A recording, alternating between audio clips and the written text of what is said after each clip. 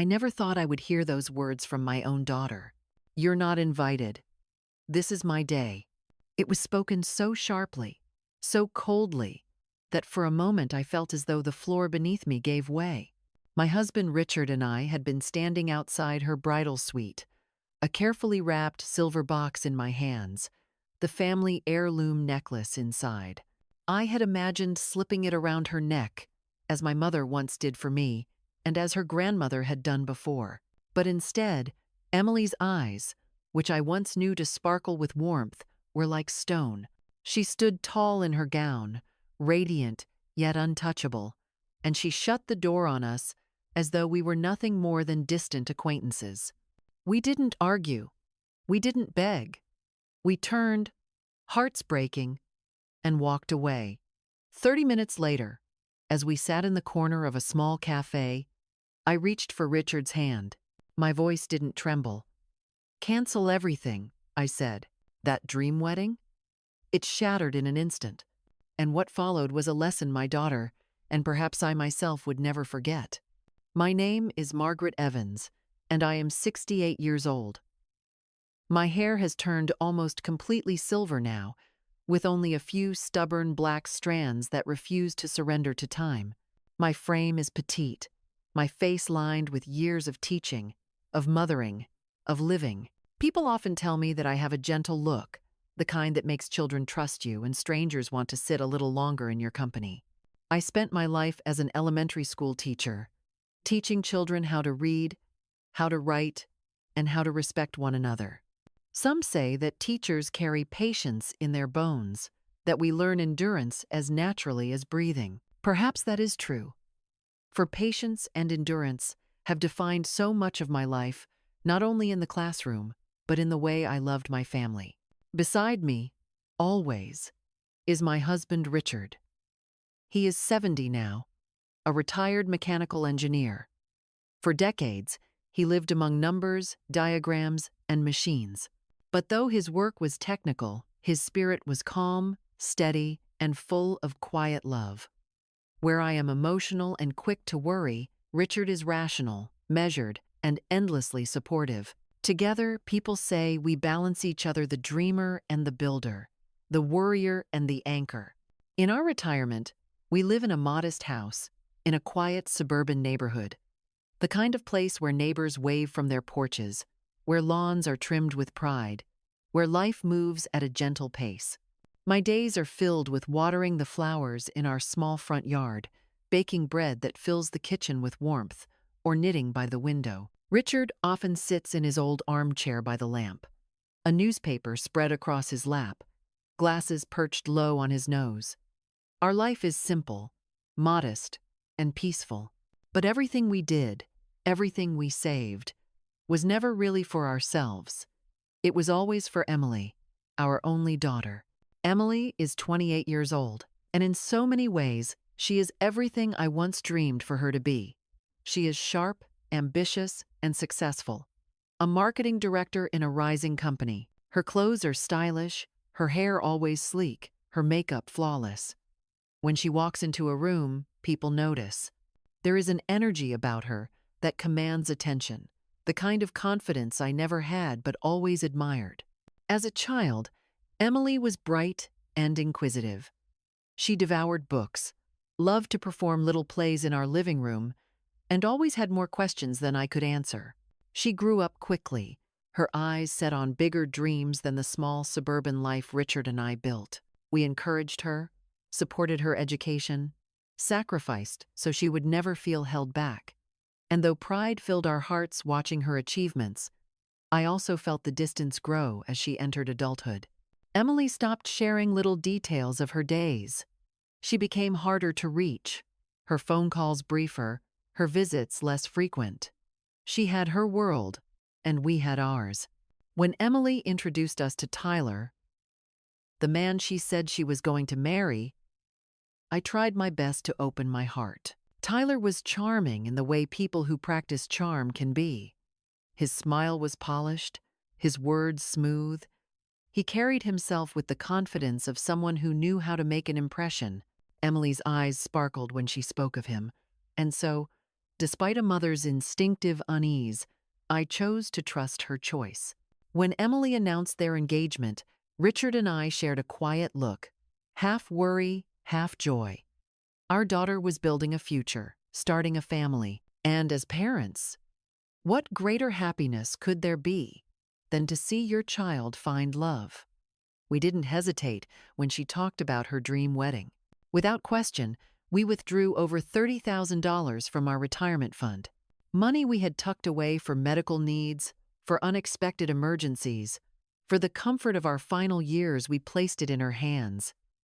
Gladly. And it wasn't only money. I decided I would give Emily something priceless, the family heirloom necklace.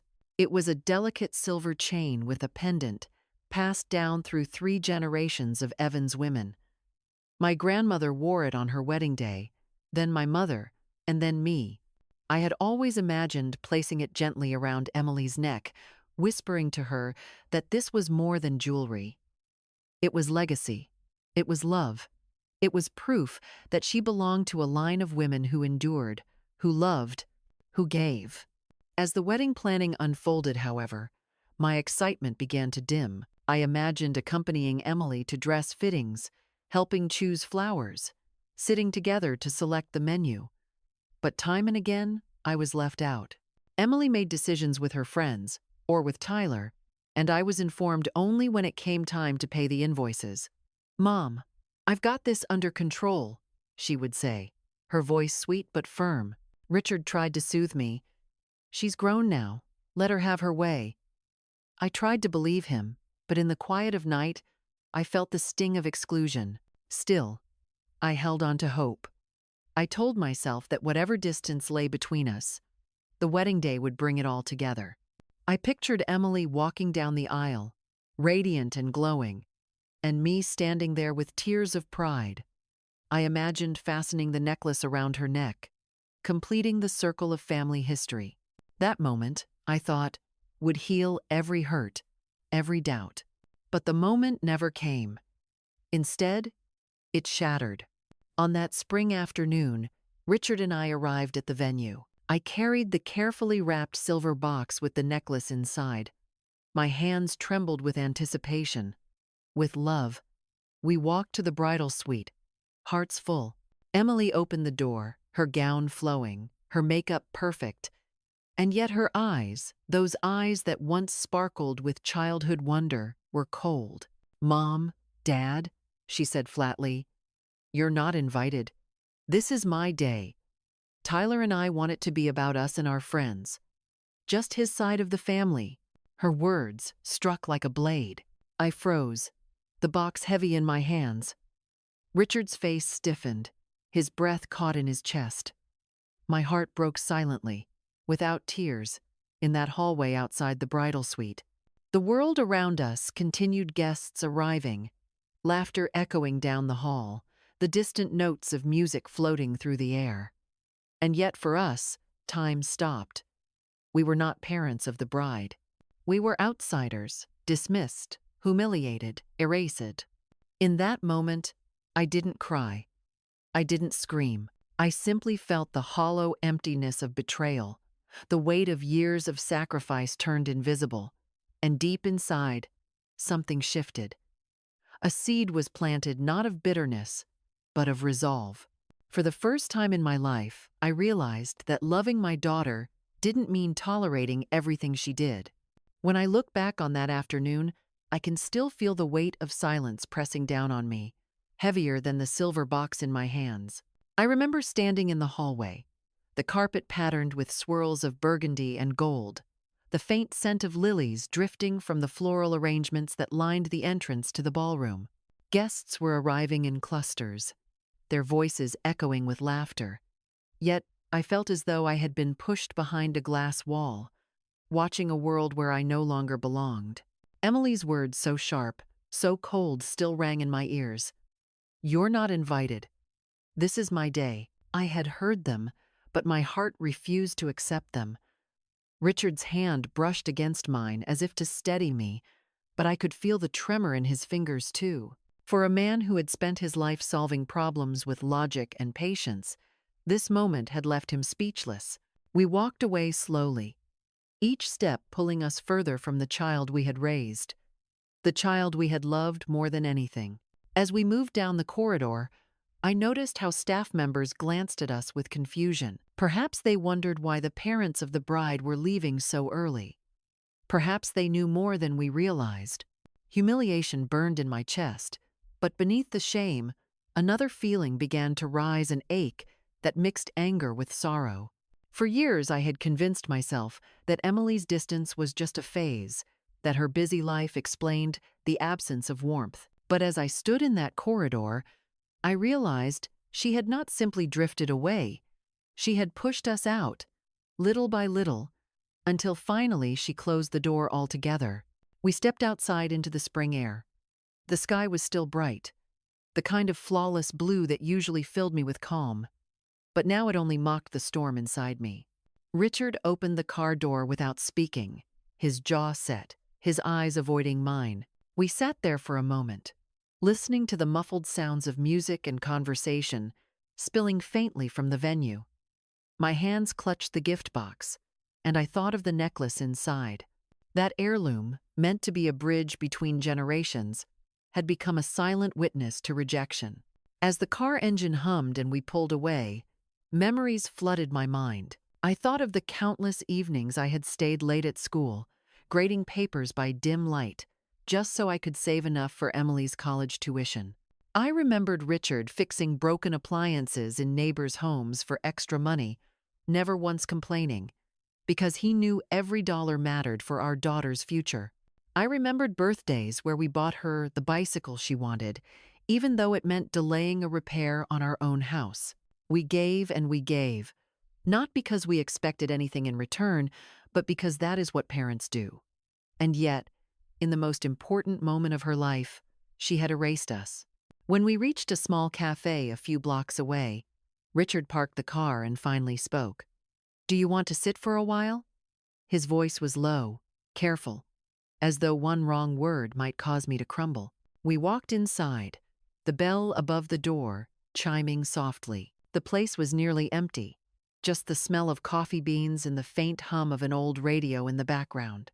We chose a booth in the corner, away from the windows, away from curious eyes. I placed the box on the table, and for a long time, we both stared at it. I could see the turmoil in Richard's expression. He was a man who rarely let anger show, but now, behind his calm facade, there was a storm. He had trusted Emily too, believed that our sacrifices would mean something. He had stood by quietly through the months when she excluded us from the wedding planning, when she brushed aside our opinions, when she treated us like checkbooks instead of parents. He had told me to be patient, to let her grow into her independence. But today, patience had met its limit. My own thoughts swirled with 1,000 questions. Why had she chosen to cut us out so cruelly? Was it Tyler's influence? Or had she long harbored resentment we never recognized? Did she see us as relics of a past she wanted to erase? The questions had no answers, only sharp edges that cut deeper the more I turned them over in my mind. At last, I reached for Richard's hand. His skin was warm, familiar, the hand that had held mine through 5 decades of life together. I looked into his eyes, and my voice, steady though my heart trembled, formed the words that would change everything. Cancel everything. He blinked, uncertain. "Are you sure?" "Yes," I said firmly. "We paid for this wedding. Every flower, every plate of food, every note of music exists because of us. If we are not welcome there, then neither is what we gave. It ends today." In that moment, I felt a strange calm wash over me. It was not cruelty, not revenge, but a clarity that I had been denied for years. For too long, I had equated love with endless sacrifice, believing that giving without boundaries was the highest form of devotion. But now I understood that sometimes the most powerful act of love is drawing a line. By canceling everything, I was not only reclaiming our dignity, but also forcing Emily to face the consequences of her choices. Richard nodded slowly. I could see the conflict in his eyes, pain at what we were about to do, but also relief that at last we would stop being silent. He pulled out his phone, and together, in that small cafe with its peeling wallpaper and chipped mugs, we began making calls. The florist, the caterer, the band, all of them, heard the same message. The wedding was canceled, effective immediately. As I listened to Richard's steady voice delivering the news, I imagined the chaos that would ripple back to the venue. The tables set, the bouquets arranged, the band preparing their instruments, and all of it unraveling within minutes. I did not gloat. I did not smile. Instead, I felt a profound stillness, as though a heavy burden had been lifted from my shoulders. For once, I was not the mother who smoothed over conflicts, who sacrificed her own feelings for the sake of peace. I was simply a woman claiming her worth. When the last call was made, Richard set his phone down, his shoulders sagging as though he had just finished running a long race. We sat in silence, sipping bitter coffee, the gift box still between us. Outside, the world continued on, unaware of the storm we had unleashed. Yet inside that cafe, something had shifted forever. The first ripple of consequence came quicker than I expected. We had barely finished our bitter coffee in that quiet cafe when Richard's phone began buzzing. At first it was just a single vibration, then another, and then a constant stream. His screen lit up with names, vendors, coordinators, numbers I did not recognize. He silenced it, placing the phone face down on the table. I could feel the tension in his shoulders, but I did not tell him to pick it up. We had made our choice. My own phone soon joined the chorus. Notifications stacked one after another, some from numbers saved, some anonymous. I did not move to answer either. Instead, I looked out the window at the street beyond. People walked by carrying shopping bags. Couples strolled hand in hand. Children pressed their faces to the glass of an ice cream shop across the street. The world carried on, blissfully unaware of the storm building inside the wedding hall only blocks away. I imagined the first moments when the announcements spread. The florist, likely halfway through arranging the last of the bouquets, dropping her tools in shock. The caterer, faced with trays of food ready to serve, being told their services were no longer required. The band, instruments tuned, suddenly packing up. Chaos must have rippled like a shockwave, moving from room to room, until whispers turned to gasps and gasps to outrage. And then, of course, it would reach Emily. My daughter, standing in her gown, would be informed that the foundation of her carefully constructed day had crumbled beneath her feet. I thought of her face in that instant. Would she panic? Would she rage? Or would she stand firm in her pride, refusing to acknowledge the magnitude of what had just been taken from her? I did not know, but for once, I realized it no longer mattered how she reacted. What mattered was that Richard and I had reclaimed something we had lost long ago, our dignity. The calls did not stop. Finally, Richard sighed and flipped his phone over. The screen was filled with Emily's name, message after message, some long, some short, all urgent. I caught glimpses as they flashed. "Mom, Dad, what is going on? Answer me now. How could you do this?" Richard looked at me, waiting for my decision. I shook my head slowly. "Not yet," I said. My voice was calm, steady, almost unfamiliar to myself. It felt like I had stepped into a new version of who I was, a woman no longer willing to be silent. We left the cafe as the sun began to sink lower, casting a golden haze across the streets. Driving home, the air between us was thick but not heavy. It was the kind of silence that comes after a storm, when you know the worst has passed, but the echoes remain. Richard finally spoke as we turned into our neighborhood. "You realize this will follow us?" he said quietly. "People will talk. Emily will not forgive easily." I gripped the gift box tighter, though I had no intention of ever handing it over now. "Maybe," I replied, "but if she cannot forgive us for standing up for ourselves, then perhaps forgiveness was never truly there." When we reached home, The messages had grown more frantic.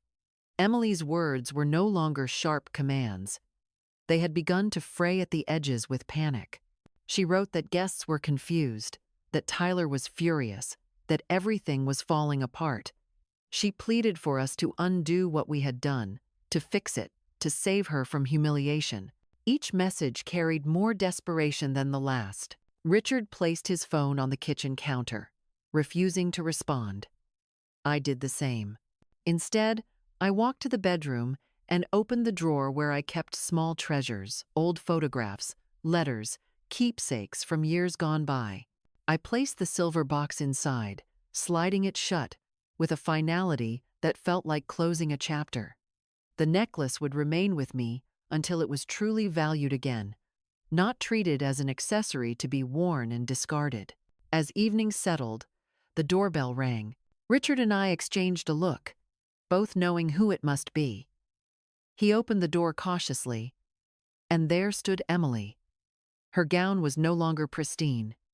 The hem was dusty, her makeup smudged from tears. She looked smaller than I had seen her in years, fragile, stripped of the armor of success she wore so naturally. For a moment, I almost reached for her. She was still my child, after all. But then I remembered the way she had shut that door in our faces only hours before. "Mom, Dad," she began, her voice trembling. "You cannot do this. You have to fix this. Everyone is there waiting. And Tyler," she choked on his name, her breath uneven. "He is furious. He says he cannot face his family. He says—" Her words broke apart as fresh sobs overtook her. Richard stood silent, his face unreadable. I stepped forward slowly, meeting her gaze. "Emily," I said softly but firmly, "you made it clear that we were not part of your day. And so, we took our day back." Oh, her eyes widened in shock. Perhaps she had expected anger, or pleading, or guilt. But calm resolve was something she could not argue against. She shook her head desperately. "No, no, you do not understand. Tyler's family, they are threatening to leave. The venue is in chaos. Please, Mom, you cannot let this happen. Everyone will blame me." I felt a pang of sorrow, but not enough to change course. "They will blame the choices you made, Emily," I answered. "We gave everything we had, not just money, but love, history, tradition. And you shut us out. This is not about one day. It is about years of silence, of distance, of treating us as though we were nothing more than a bank account. It ends here." She collapsed into the nearest chair, her hands covering her face. For the first time, I saw not the confident marketing director, not the radiant bride, but the frightened little girl who used to crawl into my lap after a nightmare. A part of me longed to comfort her, to take her in my arms, but I forced myself to remain still. Comfort without accountability would only repeat the same cycle we had endured for too long. Richard spoke at last, his voice even but firm. "We are not heartless, Emily. We want your happiness. But you cannot build a marriage or a life on selfishness and exclusion. If Tyler cannot stand beside you through this, then perhaps you need to ask yourself if he was the right choice to begin with." Oh, Emily lifted her tear-stained face, anger flickering through her grief. "You are ruining everything," she whispered. "No," I corrected gently. "We are teaching you that everything cannot be built on the backs of people you cast aside. Love is not endless tolerance. Respect has to be mutual." She looked at us as though seeing strangers, her expression torn between fury and disbelief. At last, she stood, her gown rustling against the floor. Without another word, she fled into the night, leaving behind the faint scent of roses and the echo of her sobs. That night stretched on endlessly, the kind of night where the house feels too quiet, where even the ticking of the clock becomes a reminder of every thought circling your mind. After Emily stormed out, I walked through the rooms of our home like a restless spirit. Each corner carried echoes of her childhood, her laughter in the hallway, the scuff marks on the kitchen table where she once did her homework. the framed photographs of birthdays and graduations. All of them whispered of a bond that seemed unbreakable once, but now lay fractured at my feet. Richard sat in his armchair, staring at his hands.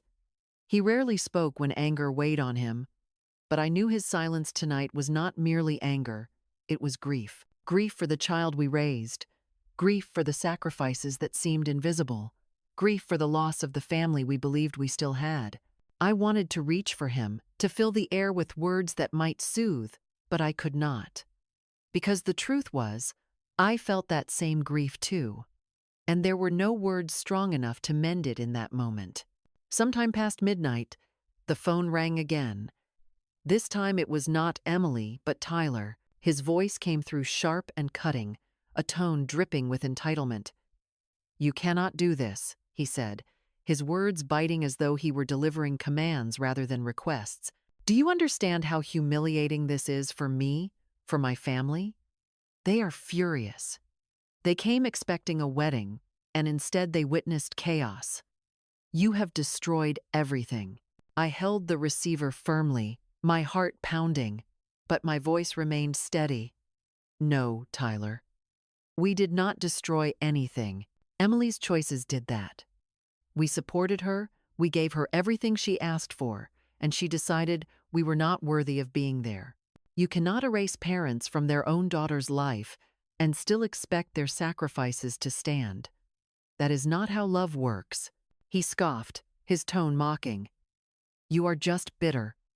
This was supposed to be about Emily and me, not you. You could not handle being sidelined, so you sabotaged it. Do you realize what people will think?" I cut him off before he could continue. "I realize what my worth is, Tyler, and I will not be spoken to like this in my own home. If you are the man Emily chose, then perhaps she needs to reconsider what kind of foundation she is building her life on." Then I hung up, my hands trembling slightly but my spirit firm. Richard looked at me with quiet pride, his eyes saying what his lips did not. That for the first time, I had not bowed to guilt or fear. The following days unfolded like an unraveling thread. Emily did not return immediately. We heard fragments of gossip from neighbors who had caught whispers of the disaster. Some pitied us, others judged us, but I found myself strangely untouched by their opinions. For once, I was not living under the shadow of appearances. I was living in truth, however painful it might be. When Emily finally came back, it was not with fury, but with desperation. She appeared at our doorstep in simple clothes, her makeup gone, her eyes swollen from sleepless nights. She carried no husband beside her. Tyler, as we would later learn, had vanished as soon as the dust settled. His promises of forever had evaporated in the face of adversity, leaving Emily alone to shoulder the ruin. She stood in our doorway like a child once more, her voice barely a whisper. "Mom, Dad, I do not know what to do." The sight of her, stripped of all the confidence and pride she once carried, broke something inside me. Yet at the same time, it revealed something essential. This was not a moment to rush in and rescue her, not a time to cushion her fall. This was the moment she had to face the reality of choices made without respect for others. We invited her inside. The air between us was heavy, but there was also space for something new, perhaps a chance for truth. She sat at the table where she had eaten countless meals as a child, her fingers tracing the wood grain as though she could find comfort in familiar textures. Her voice cracked as she spoke of how Tyler had left, how debts she never mentioned had surfaced, how her career felt suddenly unstable. "I thought I had everything," she admitted through tears. "But when it fell apart, I realized I had nothing. And I pushed away the only people who ever truly cared." I listened, my heart torn between compassion and the urge to say the words she needed to hear. Finally, I spoke gently but firmly. "Emily, we love you. We always have, and we always will. But love without boundaries is not love, it is enablement. We cannot keep giving while you take without respect. If you want our support, It will not come in the form of money or easy solutions. It will come in the form of guidance, of accountability, of hard lessons that will help you grow stronger. Oh, Richard added softly, his voice steady. If you stay here, you will contribute. You will work, you will save, you will learn to stand on your own feet. We will be here to guide you, but not to carry you. Those days are over. Emily's tears flowed freely. She nodded slowly, as though each word was sinking deep into her bones. I understand, she whispered. I do not deserve your help, but I need it. I need to start over. Oh, that night, she returned to her childhood room, though it no longer looked the same. The posters and trinkets of her youth were gone, replaced by simple furnishings. Yet as she placed her small suitcase by the bed and sat quietly, I saw a strange peace settle on her face. Perhaps, for the first time in years, she felt grounded, not by luxury or ambition, but by the presence of family who would hold her accountable, who would love her enough to tell her no. And as I watched her, I realized that while the pain of rejection would always leave its mark on me, this was the beginning of something new. Not a return to the past, but a chance to rebuild the future on honesty, respect, and truth. The first morning after Emily returned to our home was strange in a way I cannot quite describe. When I woke, the house carried a different silence than the one I had felt the night she shut us out. This silence was not heavy with grief, but tentative, cautious, like a fragile truce that could collapse at the slightest touch. I walked down the hallway toward her old room, the same hallway where years earlier I had watched her run in pajamas with tangled hair, clutching a teddy bear, begging me to protect her from nightmares. Now I stood before the door with hesitation, not sure whether to knock or to let her come out on her own. When she finally emerged, she looked nothing like the polished young executive who had once strutted through restaurants and boardrooms. Her face was pale, her hair pulled back without care, her clothes simple. She carried herself like someone stripped bare, humbled by loss. For a moment, my mother's instinct tugged at me to rush forward, to wrap her in the kind of embrace that promised safety. But I forced myself to remain steady. She had returned to us, yes, but not as a child needing shelter. She had returned as an adult who needed to learn how to rebuild. At breakfast, the three of us sat together, the clinking of spoons against ceramic filling the air more than words did. Richard drank his coffee in measured sips, his gaze watchful but calm. I spread jam across toast, my hands steady though my thoughts raced. Emily barely touched her food, her eyes fixed on the table as though it might hold the answers to the questions swirling inside her. Finally, she broke the silence. I do not know where to begin, she whispered, her voice so small it almost startled me. I set my knife down and looked at her. You begin, I said gently, by acknowledging what went wrong. Not just the wedding, not just Tyler, but the way you have treated the people who love you most.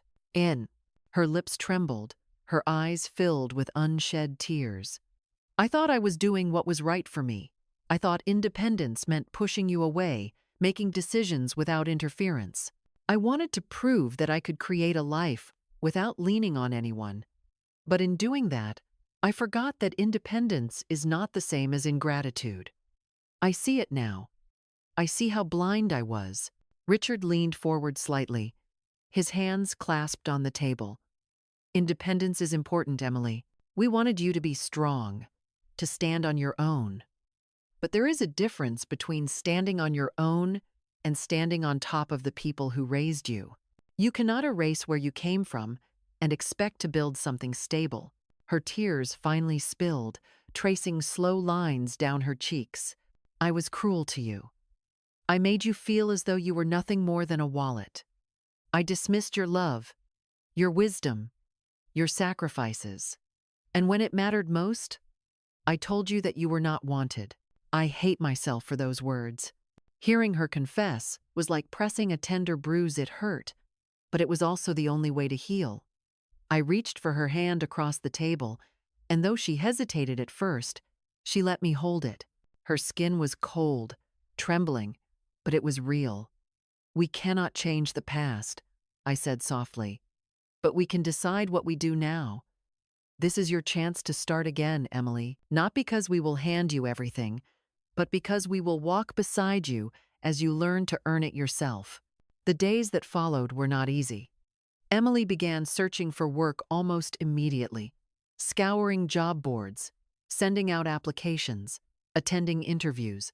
It was humbling for her, I could tell, to step back into the world without the cushion of her old title or the illusion of Tyler's support. Each rejection chipped at her confidence, but slowly, I saw something new emerge. A resilience that had been buried under years of entitlement and pride began to surface. She started waking early, helping with chores, cooking dinner sometimes even when the meals were simple. These were not grand gestures, but to me, they were proof that she was beginning to understand the value of effort and humility. Richard took her aside often, speaking to her in the calm, logical tones that had guided me so many times in our marriage. He explained budgeting, saving, the importance of planning not just for today but for tomorrow. He showed her how we had managed on modest salaries all those years, how sacrifice was not a punishment but an investment in stability. Emily listened, sometimes quietly, sometimes with frustration, but always with a willingness that had not been there before. One evening, after a particularly long day, she came into the kitchen where I was washing dishes. She leaned against the counter, arms crossed, her eyes soft. "Mom," she said, "I do not know how you did it. All those years, giving so much, working so hard, never complaining. I used to think you were old-fashioned, that your life was too simple. But now I see the strength it takes to build a life like that. You made it look effortless, but I know now it was not." Her words caught me off guard. For so long, I had waited to hear some acknowledgement, some recognition of the sacrifices Richard and I had made. And here it was, spoken not with flattery, but with sincerity. I dried my hands and looked at her, my heart swelling with a mix of pain and pride. "It was never effortless," I told her, "but it was always worth it, because it was for you." She lowered her gaze, her voice trembling. "I do not deserve you." I touched her chin, lifting her face so she would look at me. "You do not have to deserve us. You are our daughter. But what you must do is respect the love that comes your way, not take it for granted. That is the lesson life is teaching you now." In the weeks that followed, Emily found a new job, not glamorous, not high-paying, but honest and steady. She came home tired but proud, her first paycheck clutched in her hand as though it were treasure. She showed it to Richard and me, her eyes shining not with arrogance but with gratitude. "It is not much," she said, "but it is mine. I earned it." And in that moment, I saw the girl I had raised, the one who once ran into my arms with scraped knees and wild dreams, standing before me once again. Not perfect, not without flaws, but real, vulnerable, willing to grow. The turning point was not the wedding being canceled, though that was dramatic. It was not Tyler leaving, though that was revealing. The true turning point came in our home, in those quiet moments where Emily began to rebuild from nothing, guided not by entitlement, but by humility. It came in the way she listened, the way she worked, the way she allowed herself to be shaped by lessons she had once rejected. And for me, the turning point was realizing that being a mother did not mean saving my child from every fall. It meant letting her fall when she needed to, standing close enough to help her rise, but never so close that she could lean without learning. For the first time, I understood that unconditional love does not mean unconditional tolerance. It means loving enough to say no, loving enough to set boundaries, loving enough to let the hard lessons do their work. As I sat one evening, the silver box still resting safely in my drawer, I thought about the necklace inside.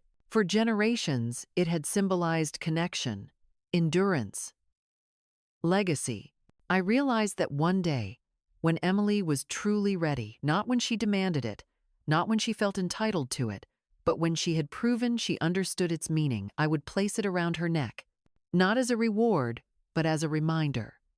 That family is not a convenience to be used, but a foundation to be cherished. That moment had not yet arrived, but for the first time in a long while, I believed it would. Life settled into a rhythm in the weeks after Emily began working again. She woke early, she came home weary but proud, and in the evenings we sometimes shared dinner together, our conversations cautious but warmer than they had been in years. For a while, I thought perhaps the worst was behind us, that the wound had begun to scar over. But I should have known that healing is rarely a straight path. Just as we began to find our balance, the storm that had been brewing finally broke in full force. It began with the letters. One arrived first, then another, each stamped with the cold authority of financial institutions. Debt collection notices, unpaid balances, credit cards maxed beyond reason. Tyler had left more than a broken promise behind. He had left Emily shackled with obligations she had never confessed to us. I watched her hands tremble as she opened each envelope, her face draining of color with every word she read. "I did not know," she whispered, her voice cracking. "I thought he was paying them. I thought we were fine." Richard took the stack of papers from her gently, scanning through them with a calmness that belied the weight of what he was seeing. "These are not just minor debts, Emily," he said quietly. "This is serious. If you ignore them, they will swallow you whole." She broke then, sobs shaking her shoulders. "I cannot do this alone. Please, I need help." I felt my heart twist, but I forced myself to remain steady.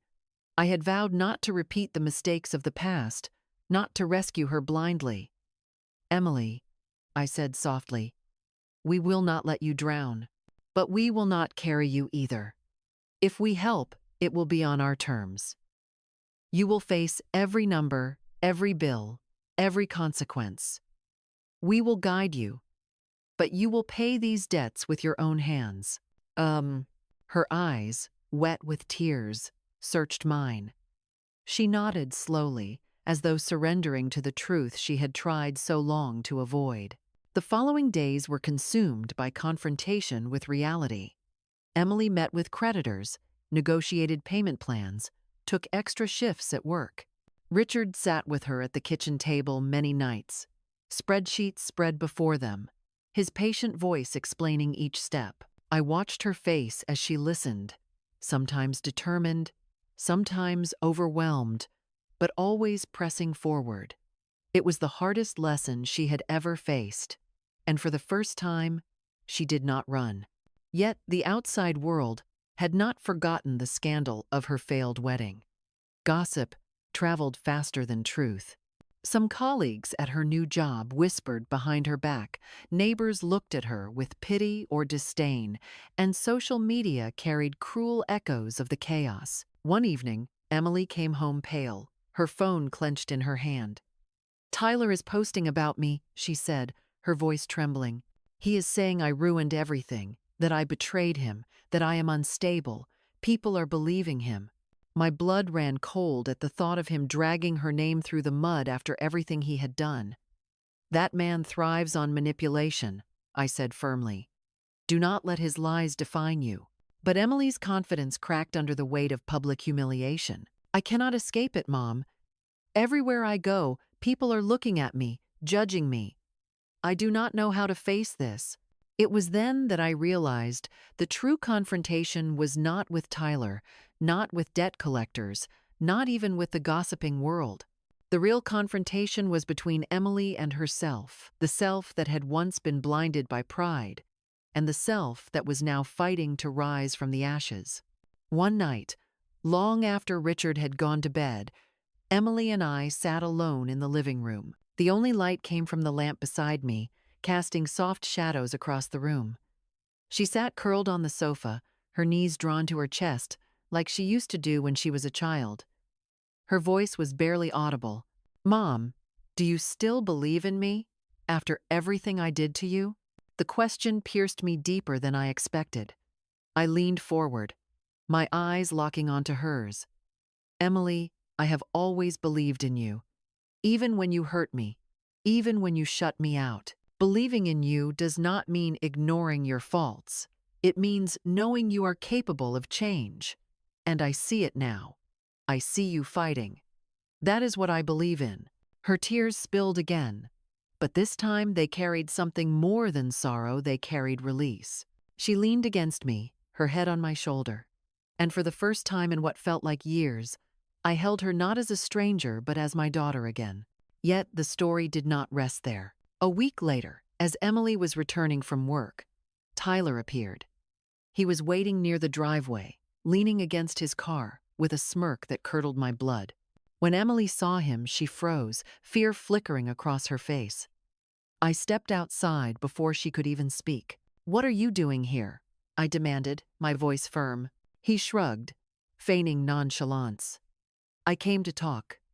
Emily and I have unfinished business." "You have no business here," I replied sharply. "You left her with nothing but debt and humiliation. You will not take another step onto this property." Emily's voice shook as she finally spoke. "Tyler, please, just go." But he sneered, his tone dripping with disdain. "You think you can just erase me? You think you can survive without me? Look at you back in your parents' house, working some pathetic job, drowning in debt. You are nothing without me." I saw Emily's fists clench, her eyes burning with both fear and anger. And then, to my astonishment, she stepped forward. "No, Tyler, I was nothing with you. You built me up only to tear me down. I lost myself trying to please you, trying to live by your rules, but I am done. I am rebuilding without you, and I am stronger for it." His smirk faltered, just for a moment. I seized that instant. "Leave now, Tyler," I said with quiet steel, "or I will make sure the law does not take kindly to a man who harasses the woman he abandoned." He cursed under his breath, muttered something about regret, and finally slid back into his car. The engine roared, the tires screeched, and then he was gone, leaving only the echo of his poison behind. Emily collapsed against me, shaking. "I thought I would never be able to stand up to him," she whispered. I held her tightly, pride swelling through my chest. "You just did," I said. "And that is the strongest thing I have ever seen you do." In the days after Tyler's sudden reappearance, Emily seemed changed in a way I had never witnessed before. There was still fear in her eyes when she spoke of him, but there was also a new kind of steel. It was as if facing him down had finally awakened a strength that had been buried under years of dependence and pride. I watched her move around the house with more purpose, carrying herself not with the hollow confidence she had once worn like a mask, but with a quiet determination that felt genuine. Yet life has a way of testing us the moment we begin to rise. One evening, as Richard and I were finishing supper, Emily walked into the kitchen carrying her phone, her hands shaking. "He is threatening me again," she said, her voice breaking. "He is saying if I do not send him money, he will spread lies about me at work, that he will ruin what little I have left." I could feel my pulse quicken, but I steadied myself. Richard rose from his chair, his expression grave. "Emily," he said firmly, "this is no longer just personal. This is harassment. You must not give him a single cent. If he dares to follow through, the law will handle him. You have to trust that he cannot destroy you unless you let him." Emily's tears welled, but she nodded. For the first time, she did not crumble under his threats. Instead, she sat with us as we discussed the steps she would take, documenting the messages, speaking to her supervisor at work before rumors could spread, contacting the authorities if necessary. It was not easy for her. Humiliation weighed heavy, but she faced it head-on. That night, as I watched her hunched over the table drafting a letter to her employer, explaining the situation with brutal honesty, I realized the true climax of our story was unfolding. This was no longer about a canceled wedding, nor about debts or betrayal. This was about my daughter reclaiming her voice, standing unafraid in the storm, refusing to be silenced or manipulated any longer. The confrontation reached its peak a week later. Emily had arranged to meet with a lawyer, and Richard went with her for support. I stayed home, pacing, waiting, praying that this step would bring closure. Hours later, they returned. Emily's face was pale but resolute. "It is done," she said. "The restraining order has been filed. He cannot come near me, and if he tries to spread lies, I have protection." Relief washed over me, though it was tempered with sorrow for what she had endured. Still, I saw pride in her eyes, a kind I had not seen in years, not pride in appearance or status, but pride in courage. That night, as we sat together in the living room, Emily turned to me and Richard with a look I will never forget. "I used to think love was about never being told no," she said quietly. "I thought if someone loved me, they would give endlessly, forgive endlessly, let me have my way. But I see now that the love that saved me was the love that finally said enough. You did not rescue me this time. You let me fight. And because of that, I am stronger. I am free." Her words pierced my heart, not with pain, but with healing. For so long I had doubted myself, wondered if I had failed as a mother, questioned if my decision to cancel that wedding had been too harsh, too final. But in that moment, I knew it had been the turning point she needed. Richard reached for her hand, his voice steady as always. "Emily, strength is not about standing alone. It is about knowing when to accept help and when to fight for yourself. You have finally learned the balance, and that will carry you further than anything we could ever give you." She squeezed his hand tightly, then turned to me. "And you, Mom? I am sorry. For every time I shut you out, for every time I treated you as though your love was not enough. I see you now. I see everything you did. Every sacrifice, every late night, every dollar saved, every quiet tear you never let me see. I cannot undo the hurt I caused, but I promise you this: I will never take you for granted again." My vision blurred with tears, the kind that come not from sadness but from a release of years of weight. I pulled her into my arms, holding her as I once had when she was small. This time, however, she was not a child clinging for comfort. She was a woman who had walked through fire, scarred but stronger, and finally willing to stand shoulder to shoulder with us instead of towering above or hiding behind. The climax of our journey was not a single dramatic event, but a series of confrontations that forced truth into the open confrontations with debt, with gossip, with Tyler's poison, and most importantly, with Emily's own reflection. Each one stripped away the illusions she had lived under, each one carving her into someone new. And for Richard and me, the climax was the moment we realized that our love had not failed, even when it felt shattered. It had simply transformed into something harder, sharper, and ultimately more enduring. Later that night, as the house grew quiet and Emily retreated to her room, I sat by the window and looked out at the stars.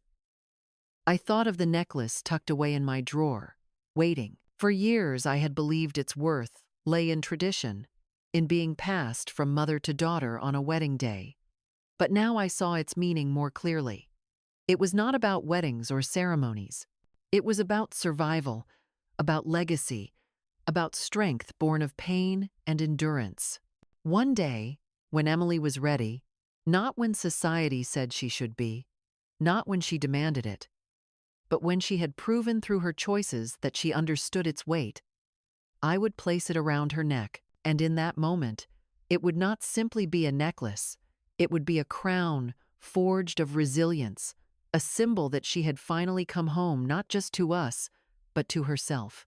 The months that followed were quieter than the storms that had shaken us, but quiet did not mean uneventful. Emily settled into her routine, balancing work, repayment plans, and the steady rebuilding of her life. Our home, once a place of tension and unspoken grievances, became a shelter not of indulgence but of accountability. She contributed to the household, not out of obligation alone, but out of a genuine desire to shoulder her share. Each evening, when she returned home tired yet purposeful, I saw in her a transformation that no lecture, no punishment, no pleading from me could have ever achieved. It was life itself, with all its weight, that had done the teaching. I remember one Saturday morning when she joined me in the garden, something she had not done since childhood. The air was crisp, filled with the scent of blooming lilacs. She knelt beside me, digging her hands into the soil, her manicured nails now replaced with the grit of honest work. "It feels good," she said softly, "to do something real, something that has nothing to do with appearances." I looked at her, the sunlight catching strands of her hair, and in that moment I realized she was rediscovering a truth. I had always known that life's worth is measured not by how brightly it dazzles, but by how deeply it roots. Richard, too, seemed lighter. He no longer carried the quiet ache of disappointment that had weighed on him for years. Instead, he spoke with Emily often, teaching her the things he once taught his engineering students how to calculate, how to plan, how to build structures that last. Only now, the structures were not of steel or concrete, but of resilience, responsibility, and trust. Sometimes I would overhear their conversations from the other room, his patient explanations punctuated by her questions, and it warmed me to hear the sound of a bridge being rebuilt between father and daughter. But even as Emily grew, I knew scars remained. The community had not forgotten her humiliation, and there were whispers that followed her still. She learned to endure them, to walk with her head high, not in arrogance but in quiet strength. She no longer tried to silence gossip with grandeur or to outshine others with status. Instead, she allowed her actions to speak slowly, steadily, until even the cruelest tongues grew weary of repeating what no longer seemed relevant. One evening, she sat beside me as I knitted by the fire. "Mom," she said, her voice thoughtful, "do you ever regret it? Canceling everything?" I looked at her, surprised by the question. Her eyes were not accusatory, only searching. I set down my knitting and considered carefully before answering. Regret? Number pain, yes. It hurt me to do it. It tore at my heart. But sometimes love requires decisions that cause pain in the short term, so that healing can happen in the long term. If I had allowed that wedding to go forward, we would all still be trapped in the same cycle, us giving, you taking, everyone pretending it was enough. That day was the end of a chapter, Emily. And though it was bitter, it was necessary. Without it, we would not be here, in this moment, stronger than before. She nodded slowly, tears glistening in her eyes. I see that now. I hated you then.